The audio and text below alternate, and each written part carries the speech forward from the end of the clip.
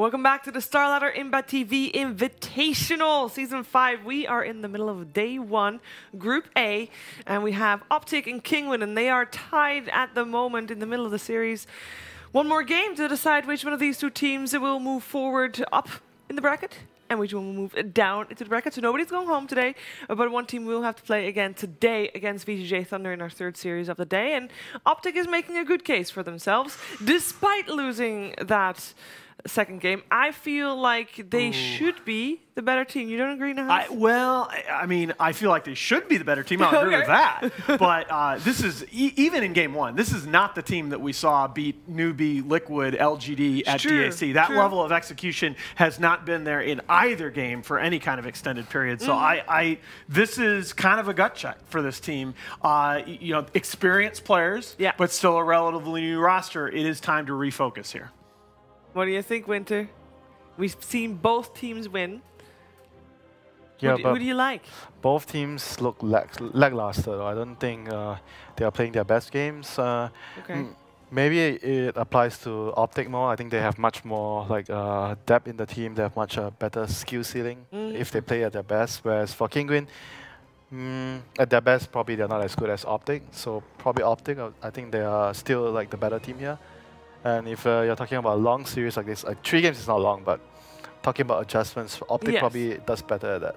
Because they are the more experienced team, more experienced captain perhaps as well. Yeah, some stern talks. You mentioned earlier, Winter, that you feel like this tournament for OpTic is a crucial one for the future of the team.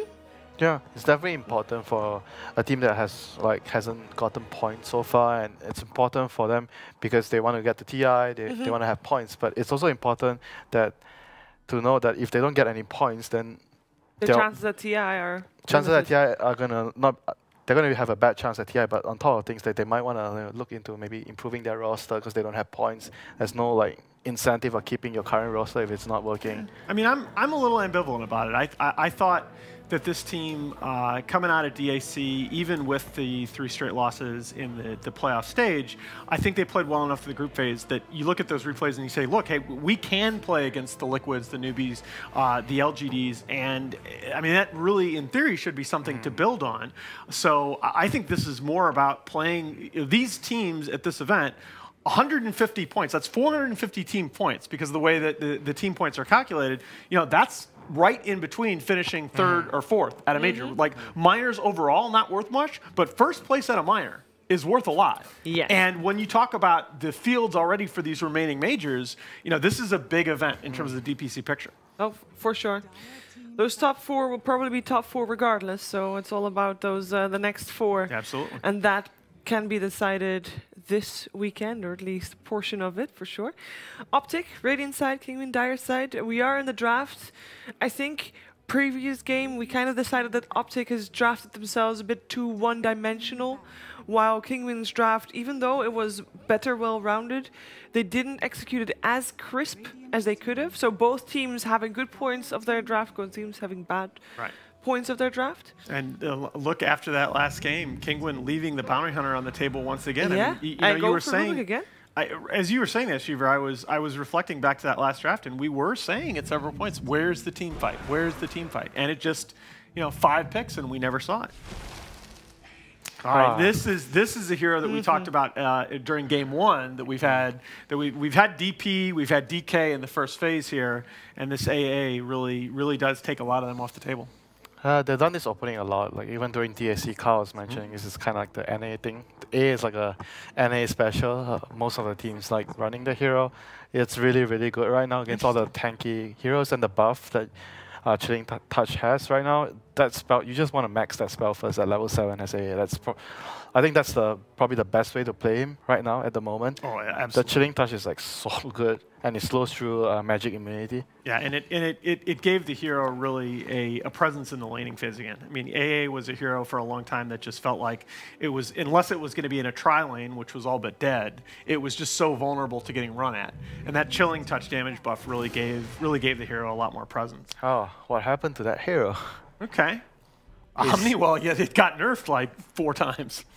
That's still his Like during DAC, he was ignored a little bit. Then at the end of the tournament, he came back. Team started to realize, oh, Omni-Knight is actually still that annoying off-laner that you need 3 people to zone him out, otherwise he just runs over your lane.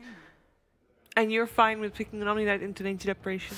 The repel makes up for the lack of healing, probably? Yeah, but still, like, A can be very annoying for Omni-Knight, because you still slow him through the repel, and you can't really heal through the Ice Blast. But still, it's a strong hero. I can still understand like going for it, despite up against A. All you need is a partner to help you in the lane. Exactly. This is sort of the laning configuration, and maybe even enough because Omni-Knight can be that bullying in lane. He's one of the few heroes left that can maybe get into one of those strong duelings, like even with a Sand King, and just run at the AA. Sand King or even a Bane, like they can just go back to the Bane if they don't feel comfortable switching things too much. Bane is fine, Bane with the Omni-Knight, but preferably you want like a Earth Spirit, Tusk, Sand King kind of that has a stun, big direct stun. Tusk, the 9 game, okay, they're going to ban it themselves, and that's it seems like they why. never won the hero. Well, they used to run a lot of the hero, and then they've lost 9 straight games with it, and they kind of lost faith with it. I don't blame them. Yeah. 9 games. It's a strong hero. It's really good hero on a position 4. So yeah, this is more than like I misspoke a little bit. This is when Kinguin picks these 2 heroes. This is always going to be a Katsor, Rubik, and a Patos Omni-Knight. Okay, so there's no doubt about that. Yeah, this is. Does Elisage play Sand King for them as well as Patos? I think he's played it like once or twice. I don't have the laptop in front of me. So highly unlikely. Only yeah. Highly unlikely. They are not a flex pick team. Yep. Okay. Like, possible, but highly unlikely. Right. So what kind of heroes would you see work well together with it Omni-Knight that could be good for Elisage? Because we just mentioned Sand King, which is not an Elisage hero. Bane, Isaac. Bane is his kind of hero. Is Bane Omni-Knight a good lane as well then? Not that great, but you want to draft for the player. You still want to think about the player. Yeah. And he's drafting for himself, so I guess he's gonna think about it. Yeah. Yeah, I still think Disruptor is perfectly pickable. Disruptor's okay, but then they can't really help the offlane, and like you can put the Rubik there, but it doesn't like help him as much. We had the OD ban on the side of OpTic, and the Sand King is still banned by Kinguin. And once again, the Brood ban. That's 2 Brood bans in a row. So teams showing their respect. It was the 5th ban in the previous draft. Oh, here comes the Earth Spirit. Earth Spirit. Yeah, I can see the screen. It's hovering over the screen for Earth Spirit. Pretty good. Sorry, Earth Spirit. Yeah. Well, it is CCZ that had it selected, and he's not the drafter, so. The silence will be definitely useful against Omni-Knight. That's for sure. Like, and Earth Spirit, they have still stun the Sand King. There you go. Yep. There's a lot of like team fight. Cursors don't lie. A and Earth Spirit, so they are having a lot more team fight than the last game already. So they are making their adjustments. Yep. And for Kinguin, so you're up against this AA, Earth Spirit, DK. Like they have a lot of team fight. They have a lot of siege. Yeah, and you really have to be. The other thing I'll mention with both OpTic and EG, they've roamed on the Ancient Apparition, which is not something that I see a lot of teams do. So that is, especially with the Earth Spirit on board, you need to be very, very careful of picking a mid laner that's vulnerable to roaming as Kinguin. There's the Bane. Okay, there is the Bane that you called for, and I think that's that becomes even more important as a lane stabilizer. I don't think Bane is great here. I just think that he's gonna want to play that kind of hero. I actually like it more with the AA or Spirit support duo on the other side. That the Bane gives you some lane insurance. You start off with a strong aggro dual lane mid. Too passive? Because we just mentioned how much OpTic can do with those 3 heroes in terms of team fight, in terms of push, in terms of roaming. And if you look at Kinguin, that just falls flat a bit. Wow. Dual silences. You're really, like with the Guardian Angel on board, you are really trusting now that one of those 2 silences is going to land on the Omni-Knight. But they have like a very strong lane with the Earth Spirit roaming mid, and you have this DP. SF. Yeah, so I was going to tell you, man, when I saw the Bane, I had a feeling that they were going to go pretty hard in terms of a hard farming mid that's vulnerable to ganks. I mean, you need like burst against DP. You want to kill her in the fights easily. So, and SF can bully the DP in the lane as long as Bane is there. You keep the Earth Spirit off the SF. You make sure he doesn't die to that gank. And SF will dominate the lane when you get levels on the Necromastery. Yeah, but at the same time in this game, if the SF doesn't have a good early game, He has a Bane. he feels so Yeah, but he has a vulnerable. Bane. I'm sure he is going to be fine. Okay, fair But enough. Dota is like, no, but sometimes things are not going to happen. Yeah, see, that's the Yeah. thing. I feel like, you know, yes, it's fun to theorycraft and talk about what should happen, but robustness is a thing. Like, if you look at how Liquid wins, that's a big part of it. Yeah. They always have a plan B. There's going to be like a situation where, oh, the AATPs meet, the Earthspray rolls in, then he has Chilling Touch on 3 heroes Chilling Touch, but dead SF. Bane doesn't save you. Yeah. And stuff like that. Yeah. So Kinguin needs like, I still think they are going to need like another core, kind of like maybe a front liner. Lone Drover would have been great. Now, I know a lot of people would be reluctant to take it into the AA, but I actually still do like the Juggernaut here for Kinguin. Yeah, Juggernaut's okay. Because I like with Juggernaut, if you can survive the Ice Blast, like, okay, Gyrocopter, and that's would be the more traditional in the meta right now. Also fighting core. Yep. Pretty strong lanes, Rubik, Gyro, Bane, SF. But what OpTic has right now is very balanced. They have Siege, they have Teamfight. The lane's also pretty strong with the AA. Who initiates on Kinguin? On Kinguin, they have to wait. They're just gonna stick together because they have an Omni. Generally, when you have Omni, you're like sieging and waiting the enemy to go on you, then you counter initiate. Yeah, but it's weird. It feels weird to play that kind of game with an SF because the SF, like, are you pushing as 4 and the SF off farming? Like, if you're deathballing with an SF, I feel like you want initiation because you want to be able to end that push and him go farm. SF can get like yields to compensate that. Like, so you can start with the yields, like when you have BKB yields, like there are things that they can do to fix that. Or Rubik having a dagger, that would be also great for them. The chase potential on OpTic, if Kinguin stops the siege, is pretty scary as well. Yeah, they need to back off. Like, catch. I don't know, there has to be some proper delta splitting There's this going underlord on or hero in the something. game, right? Yeah, and there's the Lina. Huh? Oh, Lina? boy. That's just for the lane, I guess. This is a safe lane DP. Yeah, hey, I thought you liked CCC on a hero like Lina. I do very much. I mean, that's That's his type of hero? That's his best. He's had his best pro game ever on Alina. It was last year in the TI qualifiers for Freedom. Is it enough? Their lineup is not balanced again, but they have this Lina where you can actually. It could be a game where you want to get Aghanims because there's going to be a reliant on the repel, reliant on the BKBs. Aghanims could be good for Lina. But I am not sold on the Lina. I think Lina, with their lineup, maybe he can get a couple of kills early, but Who do you predict I is think taking this? Kinguin has Kinguin? this. Yeah. I like Kinguin's lineup here. I agree with Winter about the drafts. I think I think the Lina last pick is potentially super awkward. I said I thought OpTic was a better team before the series. I'm going to stick with them, but I'm worried. If they pick Underlord, I would have gone with OpTic. All right. Agreed. Oh, I'm the deciding vote, huh? That's the tricky one because it is looking like a very... Oh, wait, they put you down for Kinguin. Too bad. Oh, no. Well, it's okay. It's kind of a toss-up. It is a very close prediction. That's why... Oh, all right. Apparently I'm going for Kinguin as well. I do think that it's going to be OpTic, though. But what's going to happen is a third game over to Lyrical and Lacoste.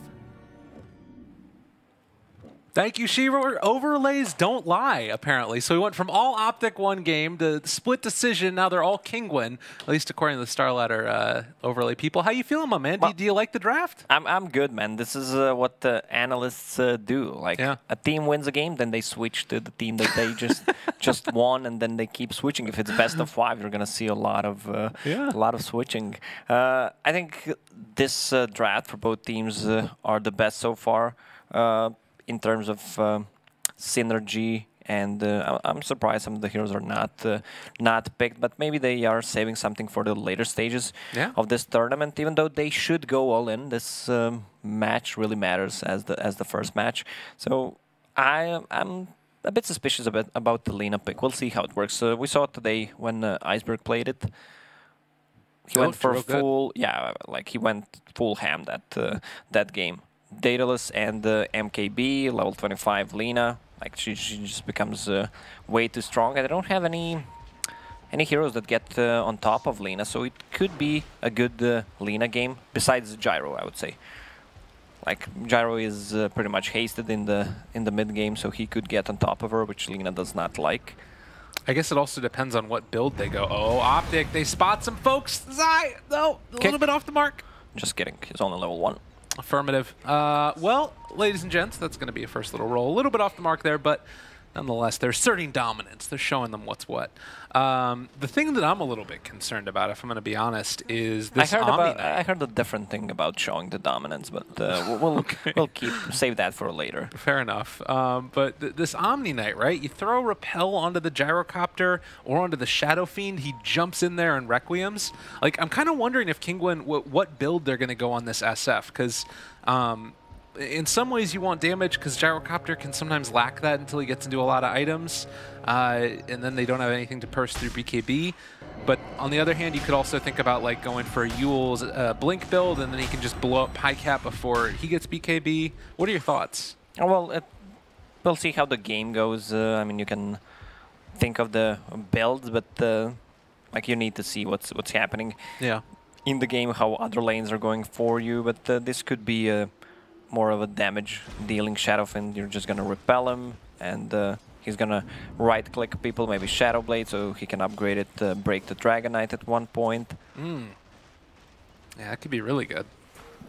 3-3 gonna get that pull-off that we've seen time and again as the Bane is going to just harass away the Lina. It's a little bit nicer, this one at least. CCNC at least can have a Dragon Slave to CS with, as you can see right there, if he gets all of the damage taken away. So not the end of the world as Patos pulls the full creep wave back underneath his tower. Looks like he's going to maybe be able to get one deny off of this possibly, although he's still taking damage. And PPD moves in. They're starting to deal some damage there onto the Bane, force him away, and OpTic securing themselves a little bit of a better time mid than at least they had last game. Yeah, this AA is actually a counter to Bane early on. You just use Chilling Touch, at least for the 3 hits.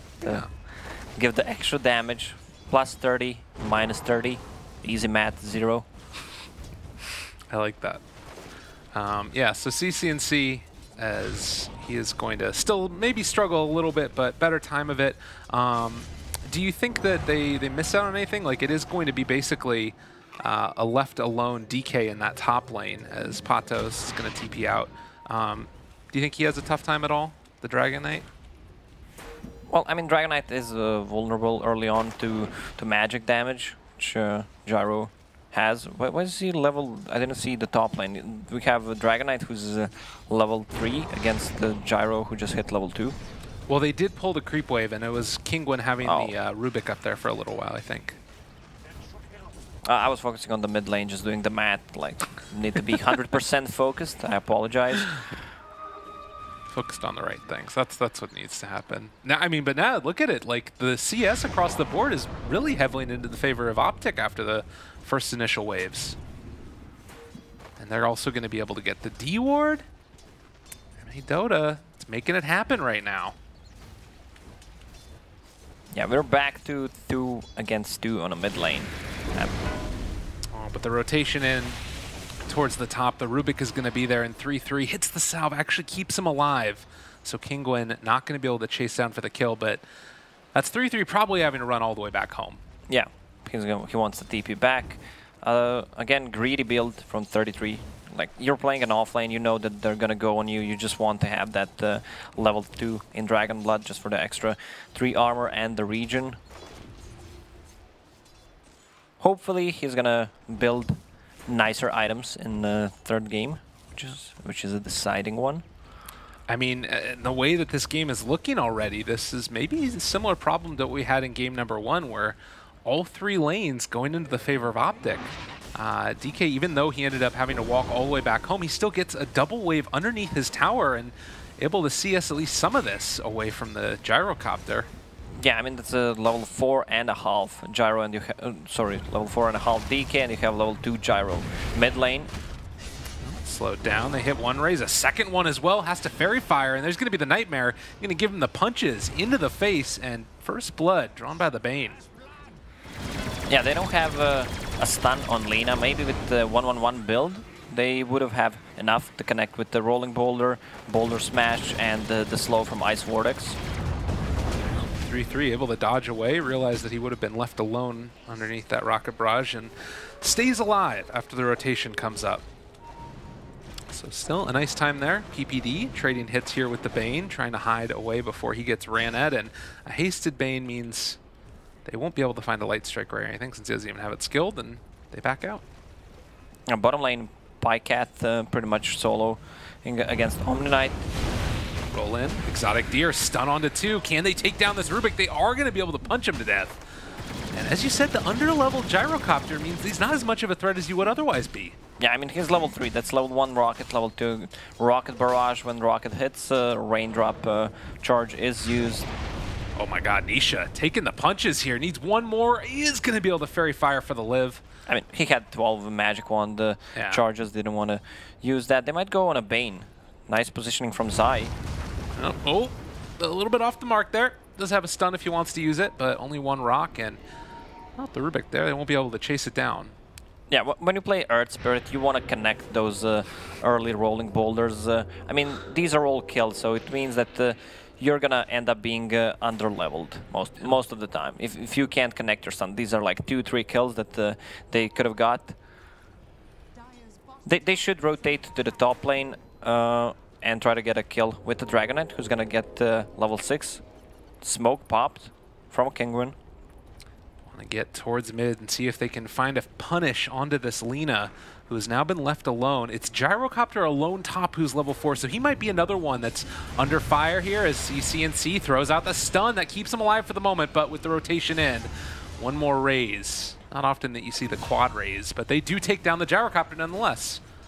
Yeah, I mean, there's a siege creep approaching. Dragonite is level 6. You should expect them to make that rotation, especially since your supports are not with you. So you should move accordingly. Well, he hit that roll and is going to be able to just punch at this Rubik again. Tries to go for the deny, not going to happen. Zai puts the kibosh on that one. Yeah, bottom lane, I mean, that Prophet still doesn't have a single point in silence. If she gets 1 point, and if they connect with the Rolling Boulder and the stun, plus maybe DP ulti, they could score a kill on Omni. Nightmare here on the Zai. Need to make something happen. They're bringing in Exotic Deer. If he gets the kick and the roll away, still going to take some damage, and the rocket might be enough to take him down. No raindrops on Zai. No shrine. Yeah, that means that he is a goner, and will stay in range to make sure they get the experience as well. While the Patos rotation top means that 3-3 is going to have to run away. But again, it's all these lanes going quite well for OpTic. The mid lane a little bit worse for the wear since CCNC died the one time. Yeah, they might get him again. Has a raindrop charge ready. Lift, there's going to be one. Misses the Light Strike array, trying to take him down. The secondary raise almost there, but the slow coming in from PPD means that they're able to get away. Nice play there as well, but CCNC sticking around. They thought about diving for that one with the Bane, but didn't have the mana for the Nightmare. they have a shrine ready if they want to pop it. CCNC is still level 5. Bottom lane is getting pressured by a dead Prophet. Yep. They have a really good heroes to siege the towers. Dragonite and DP, one of the best at the moment. Well, and this rotation in means that it's likely going to be another dead Rubik as he ends up falling. And Pycat now going to pressure this tier 1 tower with the last little bits of the Exorcism. Actually thinking about rolling forward for that one. They connect onto Patos, but they can't make anything else happen with it. And Exorcism is worn off. They get the Nightmare. They found themselves a DP, traded over to the AA, but now they also have the SF in the area. They're able to find another raise. They're trying to take down Pycat, and they are going to find that kill. He used all the Spirit Siphon charges, but the Shadowfin is one of the better counters to a DP because of that triple raise extra damage. You can't really get close, can't position yourself good with the Spirit Siphons. DK is still on the top lane, level 8, and the Gyro is only level 5. Yeah, it's kind of crazy. He takes down the tier 1 tower, and because everybody rotated bottom, it gives him a lot of pressure to ability to pressure that second lane. Well, in the meantime, CCNC level 6, haven't seen a Laguna Blade yet, but maybe here as, yeah, they're just gonna have to run around actually. They need to get out of there. They're trying to set up on mid. And in fact, they're going to hit the Light Strike array. Nightmare comes out, but maybe it doesn't end up mattering. The roll connects onto the Rubik, and they still manage to find that kill on the Bane, but this will be another tier 1 tower pressured, most likely taken. Yeah, that's definitely a tower. They can't really defend it. The Rubik is level 4, can use Fade Bolt to keep the creeps come at him, but he's not even gonna try to do that. Probably afraid of the Earth Spirit. Lanes, again, going well for OpTic. 3k gold lead, 9 minutes in. That's 2 towers extra. Exotic, if he's not careful, might just get taken out again as they're rotating up here. He does hit level 6, but without a tower, nobody is going to be able to come to support him if things go bad. And with that, he is going to TP towards mid, try and get a little bit of the safer farm. But OpTic looking very, very good right now. And they have the type of lineup, too, that can take advantage of this early lead. You talked about the DP pressuring towers. They can also take down a Roche early if they wanted to. Yeah, what we didn't see from Kinguin in the previous game. The first Roche was taken down at the 20-minute mark, which is pretty rare, since you have a DP in your team. This Dragonite is building normal items this game. I think that's going to pay off. Like, he's sitting on top of CS charge 64, same CS as Shadowfiend. Yeah. And after that early help initially, he was left pretty much alone, so mostly his own doing making that happen. Pycat level 9. Also going for that Yule Scepter, but they find themselves a Shadow Fiend and Nightmare to try and save a life. Is it going to be enough? Seems unlikely as they get the punish. CCNC gets the kill. And OpTic moving up top lane to try and keep putting the hurt on him. Yeah, that's a great kill, and that's probably going to be another tower. Omni Knight doesn't have much mana. He actually brought Soul Ring and some Clarities. They should use this Omni Knight. Like, he's really high level. Yeah, they need to make something happen with him. And the thing that's kind of nuts about this is OpTic are pushing this tier 2 tower without popping Exorcism. So if they wanted to, they could rotate mid with this next one, or they could think about going into the Roche pit. And it just doesn't feel like Kinguin have the ability in the farm right now to take the fight. Yeah, I mean, Dragonite is getting closer to his Shadow Blade, and if they get in the backline, they can take down Bane or Omni Knight first. They have enough damage. Where's the tome for OpTic? Level 5. There is a tome. PPD bought it. Level 5. I think Earth Spirit should get it. Like, well, PPD disagrees. He's taking him, man. He wants that level 6. Well, you do also have that Laguna Blade back up again if they manage somehow to just find anybody with a stun. An Ice Blast on top of a Laguna Blade. They're dead. Doesn't matter who it is. And, well, now the smoke up as OpTic want to try and find somebody. Bottom lane is being pushed in right now by that Omni Knight, as you mentioned, but up on the high ground, there is the Rubik up front and center. They find the stun onto him. Now also looking for more. 3-3. Going to be able to find Exotic if he can pop his ulti and get within range. It does look like he is going to find the stun regardless. And ulti on cooldown still manages to get that hit. Exotic Deer trying to run away. They can get the slow out if they want to with the Icy Vortex. Is 3-3 trying to chase it. Does have another Breathe Fire up shortly. They get in range, but not quite there as the repel comes from Pathos. So they get the kill on the Rubik, but that's it. Yeah, I mean, it's something. Kinguin has a good vision around this area, so they can see the movement coming out from OpTic. Well, and now another move forward. They thought about initiating there, but the Dragon Form comes out, Light Strike Array as well, and that is a dead Rubik. Tier 2 tower now being assaulted, and we've only still seen that one exorcism, right? Yeah, I was about to say it.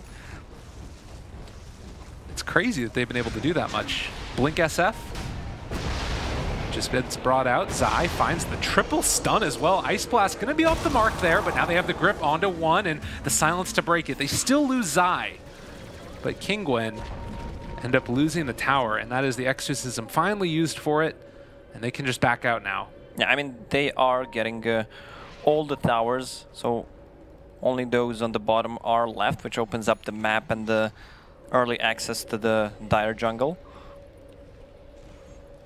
Does definitely feel like Kinguin need to make a move right now because they just haven't been able to accomplish anything as a team yet.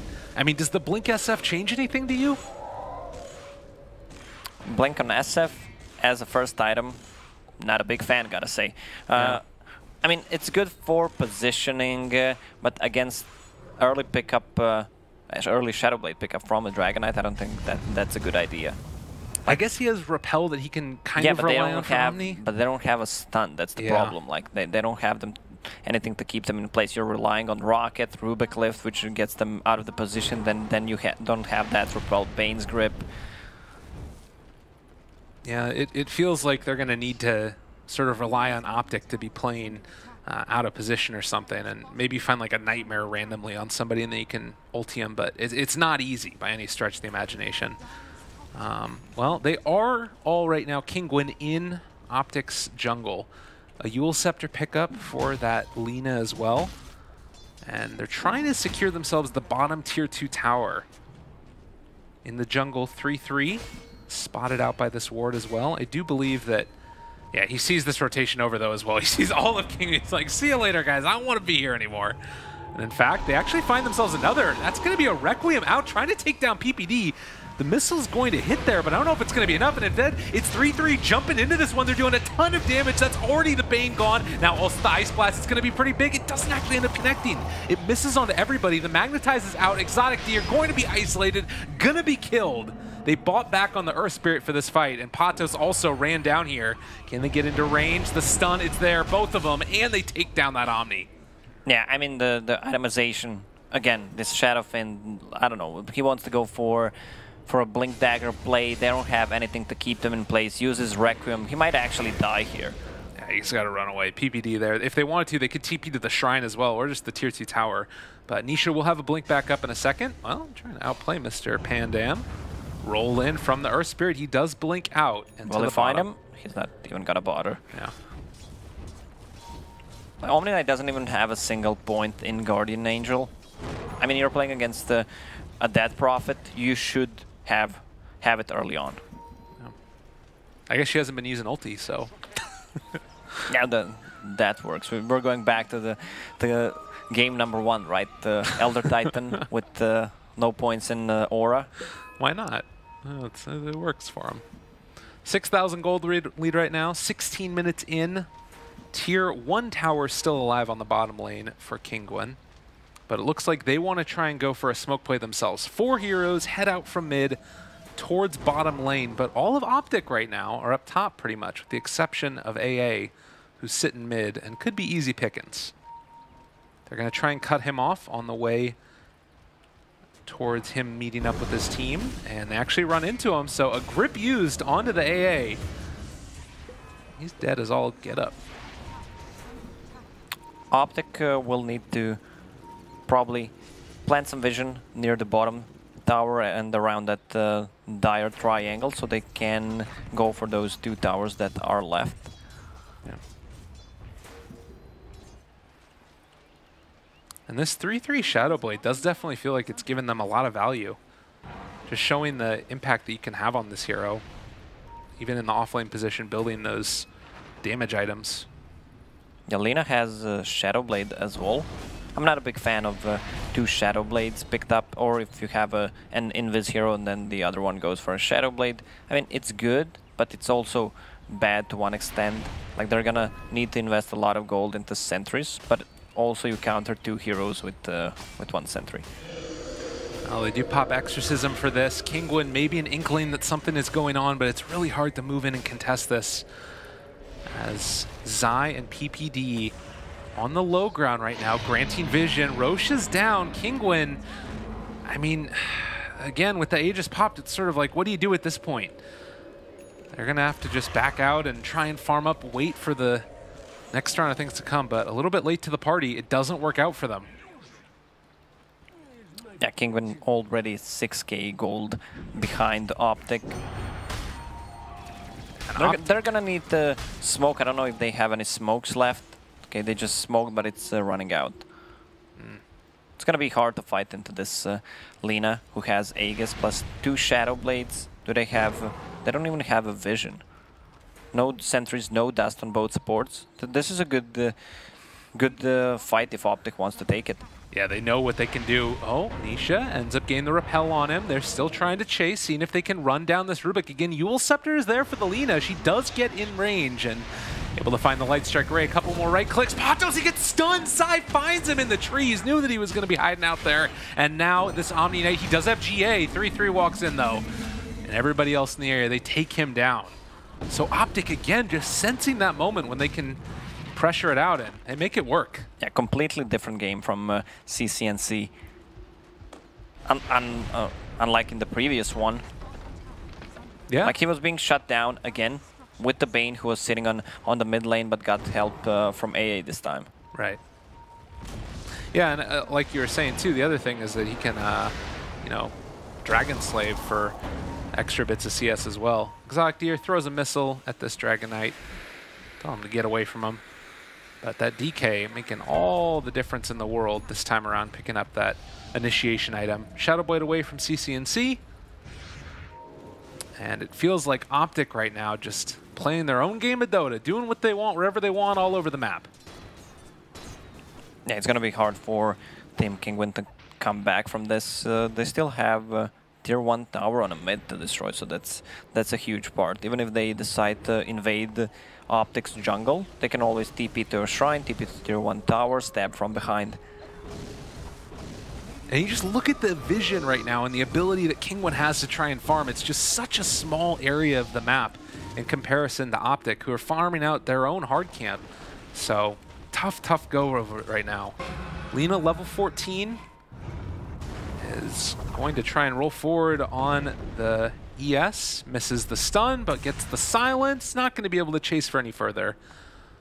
And maybe CCNC could have gotten him if he used Shadow Blade just for the extra movement speed and then use Yule Scepter to get in range. I guess they did not want to overcommit, but he has Aegis. Do they really want to take this fight over by the shrine? Like, they're smoked up altogether. They might be able to pick off the Gyro, actually, who's heading up towards the north side. He gets the TP out. So Gyro does escape, and it looks like the rest of Kinguin is also trying to run away.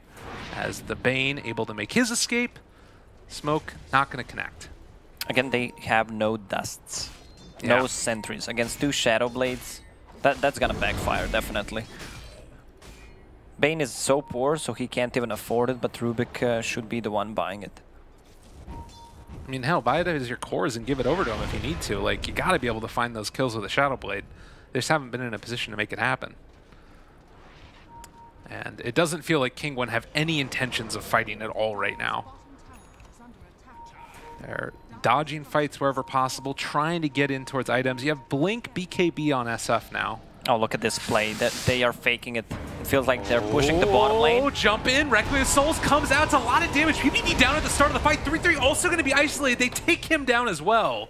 Great play there from Kinguin. And in the meanwhile, bottom OpTic, they end up popping Exorcism. They're not going to get a tower for it. I mean, this works against teams who are more skilled, but the execution was not there. You use one hero, so the enemy teams think that you're sitting behind them, and then you smoke. Right. But they were not smoked, and they were... I mean, they found the Shadowfiend who has a BKB, so they have nothing that goes through a BKB since that Prophet is on the other side of the map. Magnetize onto several, but they turn it back around. Silence is there as well. CCNC misses his stun. Ice Blast is going to connect. That'll take down the Shadowfiend. Godlike CCNC. So they do pick up a couple. I feel like OpTic can just go with the next Exorcism and go for tier 3 towers. Yeah. Well, I think the Aegis is going to expire fairly shortly as well, which could be a little thing that's scary. Like, if you die on that Lina at this point in the game with all that net worth invested into her and the big streak, could be a lot of gold into the coffers of an SF or a Gyro. Yeah, Aegis just expired. Okay. They have a lot of control on side of OpTic, especially with that silence. That's gonna be huge. If he gets the silence off on Omni Knight or Bane, they can easily take this fight. Omni Knight picked up Ether Lens, so he can position himself better in the team fights. Much easier. Well, and now they're going to pressure down bottom. It's again without the Aegis, and we've seen that Kinguin can take a solid fight, but are they really going to try and defend against this? Or is OpTic going to try and pressure? It looks like they might just back out.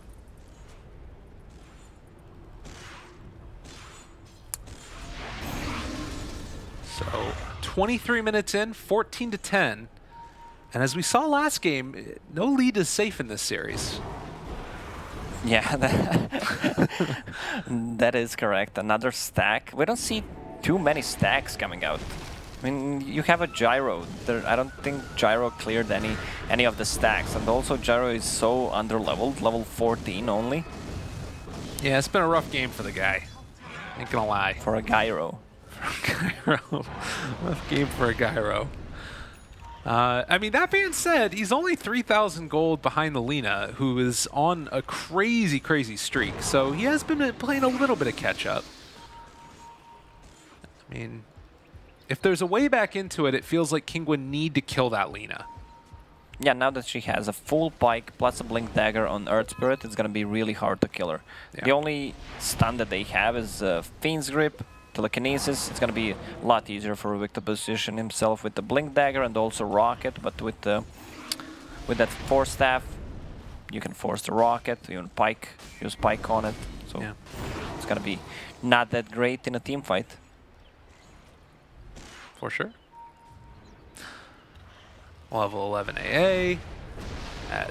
I mean, it's pretty telling when the enemy Lina can farm your hard camp right next to your base. Like, yeah, and PPD is placing such a good wards. Kinguin has no vision. They need to place an Obs ward at the mid lane, which gives them a good vision when they are defending the base. Yeah.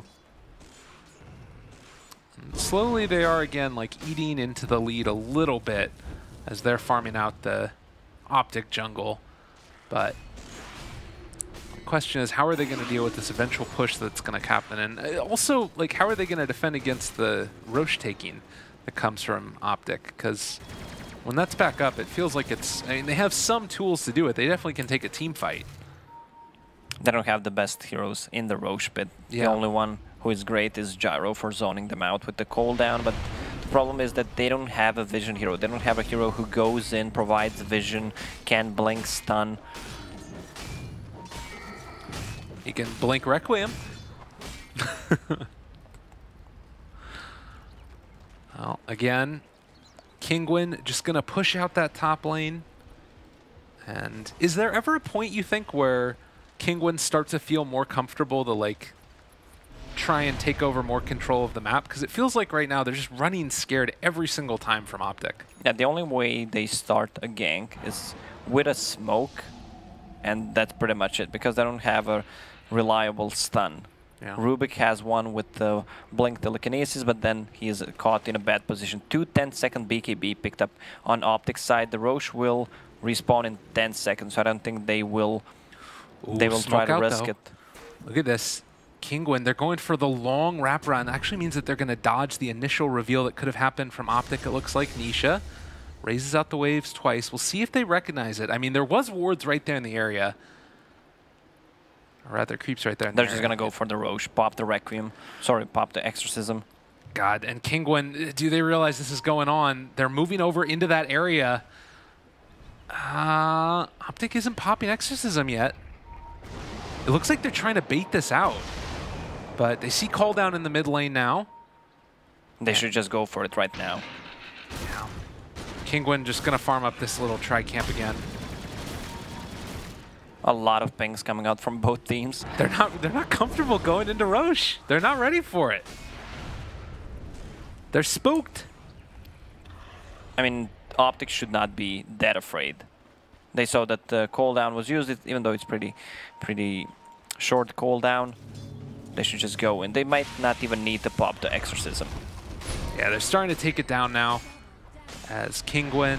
Now, double damage Lina, no need for Exorcism. Yeah. So that's Cheese and Aegis, and they will threaten the high ground with it. As you mentioned, Lina also 2,600 gold in the bank now. And she's going to take the Aegis. Pass that Cheese on over to the DP. So what did Kinguin do now? I mean, they just kind of give up the Rosh for themselves. I guess, is high ground defense any better than fighting in the pit for them? No, they don't have the best high ground defense as well. They have a Gyro, level 15 only. I mean, he's third on the network chart, getting closer to that butterfly, but still. If you compare the two heroes, you have that Prophet who just hit level 18. That's level 3 Exorcism with the BKB Blink. Man, and Nisha, he gets repelled. They're going to jump forward maybe, or just go for a couple raises, and well, Nisha just taking the punches there from CCNC. Needs to be careful. They're going to have Repel back off cooldown again in a second. Silence stolen. All right, lift back there. They missed one raise, hit the second one, but the blink away from Nisha. Doesn't want to get caught. They actually grip Pycat, but there's the stun that comes out, able to course them away. And the cheese pops, now trying to see if he can turn and take them down. Yule Scepter, lift him back up again. Nisha pops the Requiem. They have the GA out as well, trying to run down 3-3, but the tier 3 tower is already taken down. There's the stun. Ice Blast coming out as well. That's a dead SF. Does have buyback, forced to use it, but doesn't have a ton of souls. And now they take down the Rubik as well. He might need to buy back. Everybody buying back. Exotic Deer wants to chase them down, but they just don't have the chase. Yeah, I mean, even with the buybacks, they don't have anything to stop them with the OpTic. Still has that Aegis. Cheese was popped. They will just regroup, reset, wait for that Exorcism to come online, and then try to finish this game. And they can go for the Shrines in the meantime, too. This is sort of the thing that I was wondering about. Like, I don't know, it feels as if they're sort of just waiting for the inevitable OpTic to eventually walk towards them in high ground. And like, even if they're sort of, you know, gripping the DP underneath the tier 3 tower, she's still taking down that tier 3 tower. But they have really mobile heroes this time. You have DP with this Blink Silence, you have Earth Spirit with the Blink, Dragon Knight. They can stop Bane's grip way easier than they could in game number 2. Yeah. 17-10, but it's an 11,000 gold lead, 30 minutes into this one. And Kinguin struggling for an answer in this. Lina gets that level 20 talent as well. Top of the Aegis, has a Chrysalis done as well, so critting for a little bit. CCNC on his hero. They're actually baiting the mid. If someone wanted to get the last hit on the tower. I'm just wondering, like, when the last time was that OpTic lost a hero. It feels like forever ago. Yeah, I mean, the amount of the farm that Kinguin gets is really low. Shadowfiend is blinking in on the sides, getting the creep wave. Gyro uses a Flak Cannon to defend the base, but both supports and your offlaner are not getting anything. Yeah. Also, Omni Knight has no defensive item. He has both Ether Lance and the Blink Dagger for positioning. Mm-hmm. But if Silence is used on him, or Dragon Knight goes on him, he's gonna die and the fight is pretty much over. Right.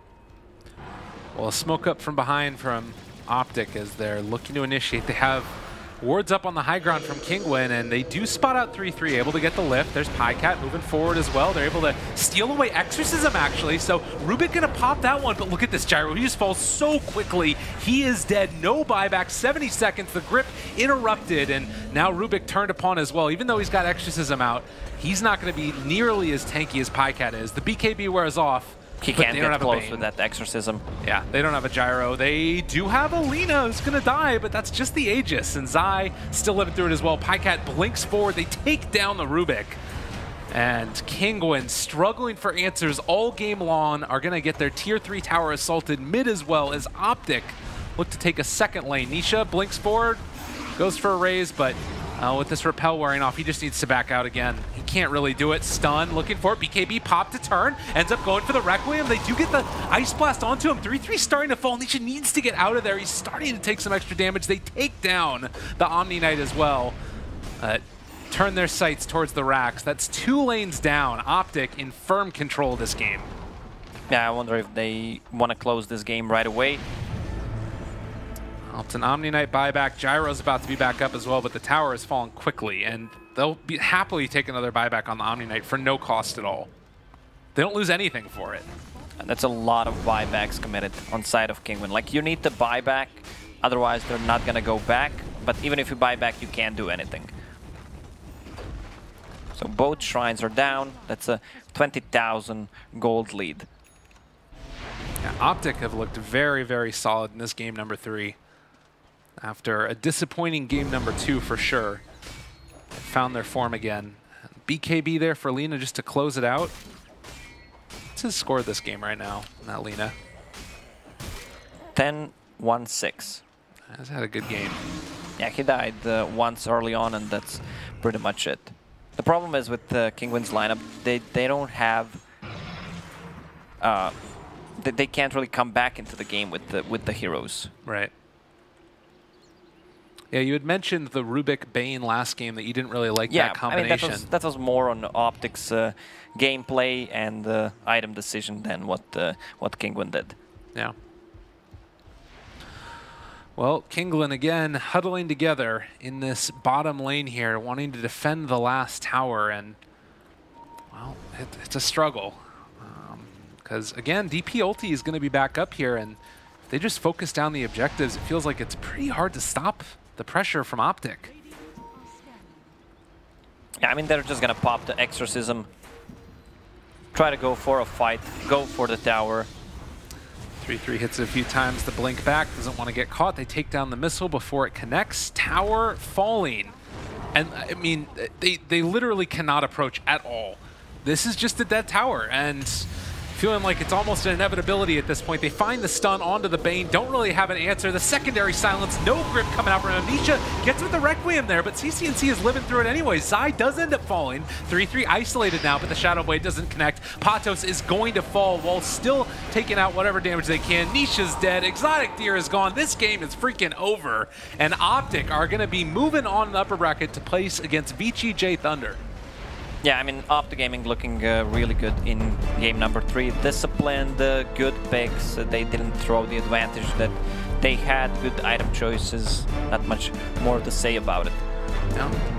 Well, Kinguin though, man. Kinguin's looking so shaky. I remember Kinguin when they were playing really well. They were pretty much qualifying for every single event. They were actually at the good spot during the Perfect World Masters as well. Yeah. Looking one of the underdogs, but seems like they were one patch team. Well, and maybe it's also just people figuring it out. As the panel talked about, you have a team that plays around a particular style, and maybe that style falls out, like you said, or maybe it's also just that teams understand what they need to do against them now.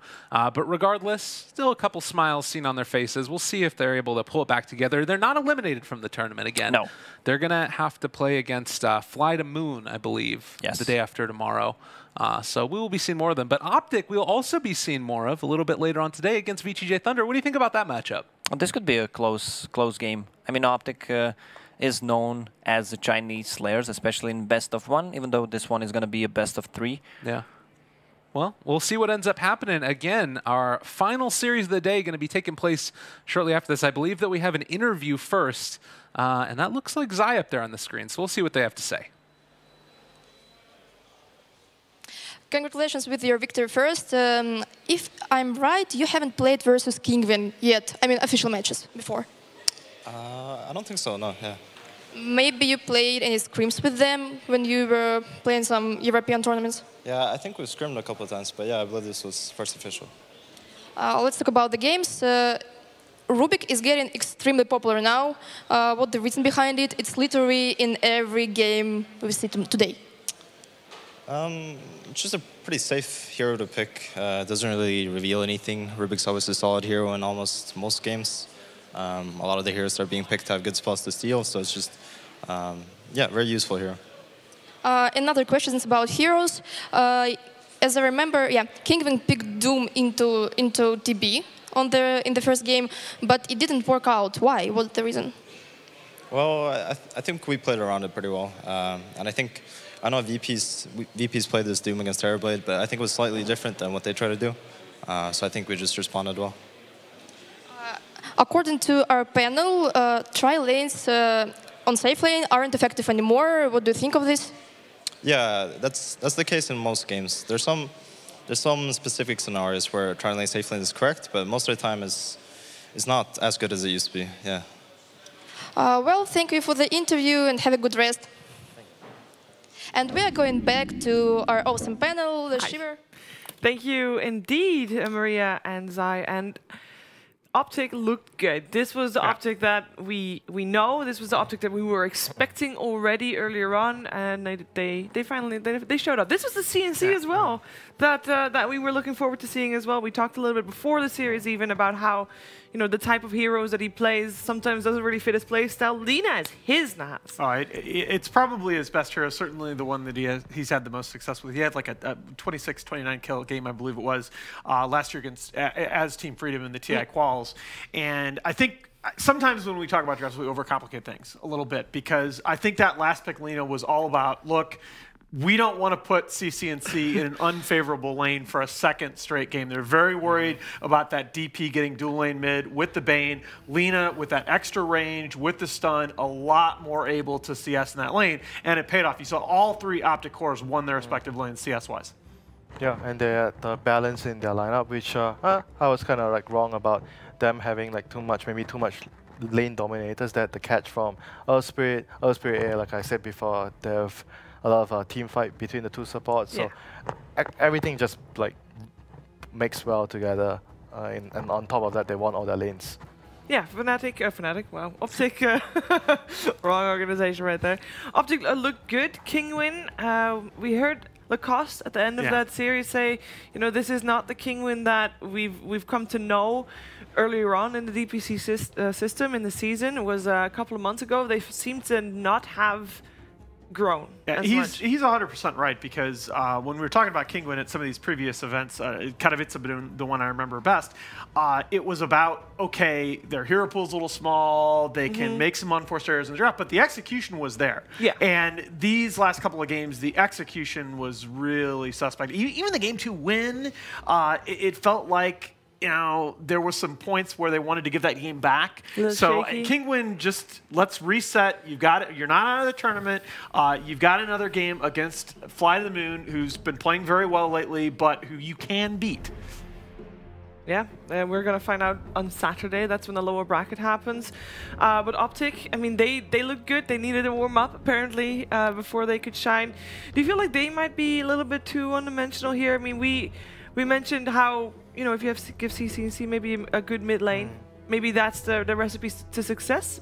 What if an enemy just picks a good mid laner twice in a row to stop CCNC from going off? Maybe just keep the last pick for him instead of giving Pika the last pick. I don't know, I'm not sure. But I do think it's equally important for Pika to get a good game. It's not just CCNC. So they have to like try and balance things out and make sure that they don't sack CCNC too hard, because he's not the kind that is able to withstand that and come back into the game. Yeah. I think if we've learned anything from Liquid and some of the other top teams, Secret does this too, is that you do have to be able to sack 2 of your cores. Yeah. Okay, if you're sacking the same, like on OpTic, it's generally 33 that's playing the more sacrificial core role, and if you're always sacking your same player, it becomes a little bit predictable. Other teams can punish that, and OpTic haven't yet found a consistent solution for when they have to sack either CCNC or PyCat. Yeah, and here we have the game coming out. It was a pretty back and forth game, to be honest. It was back and forth. Like so in some of these individual of the fights were back and forth, because the advantage was always on the side of OpTic. Yeah, that's the thing. That some of these fights were back and forth, and some mistakes, some pretty good plays, but it never really felt like Kinguin had, after the laning phase, it never really felt like Kinguin had a win condition. And we hammered a lot on that laning phase, having to be good for Kinguin in order for them to have a good game, not just this game, but previous games in the series as well. And we hammered a lot about the 4 position as well, about LD/'s Bane. Do you feel like Bane paid off here, or was it just one of the comfort picks that... I mean, it was a comfort pick for him, position 5, but they weren't able to create enough advantage on the laning phase, because when you pick Bane is like you want to win the lane with Bane. It's going to be hard for Bane to do as much as like compared to like A or Osprey in the team fights later on. So if you pick Bane and you don't do well in the laning phase, it's going to be difficult later into the game. But that's where the drafting advantage, I think, comes back in. That you know, yes, you do pick Bane as a laning phase support, and that's what he's supposed to do. But when you have a team with a little larger hero pool and an experienced cap to the safe lane Death Prophet and the core Lina with the last pick, that takes away a lot of the potential of Bane when you have that max range, super max range Lina to bully that mid lane.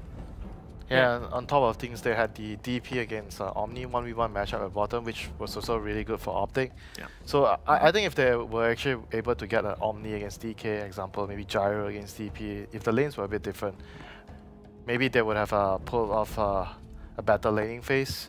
Because I felt like they kind of like lost the top lane. They lost top, they lost bottom. Mid was like 5-5 kind of with the Bane being at mid and against the AA. So and if Lina started to pull ahead later.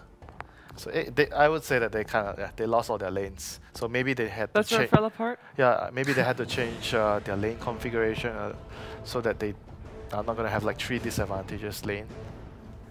I think they were a little caught off guard by that swap, and again, that's just something that's going to happen.